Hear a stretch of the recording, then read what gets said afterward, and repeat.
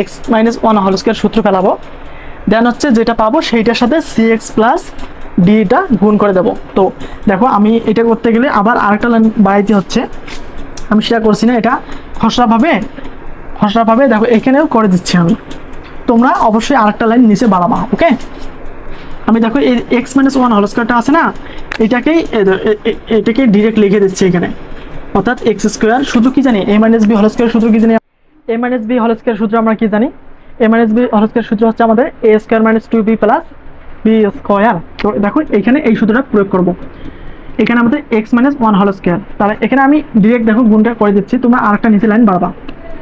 এখানে X minus one whole square অর্থাৎ X হচ্ছে আমাদের এ, তাহলে এখানে কি লিখবো আমরা X square minus two X, B বলতে ওয়ান, ওয়ানের সাথে গুণ টু এক্স গুণ হলে তো টু এক্সই হবে, দেন বি স্কোয়ার অর্থাৎ ওয়ান।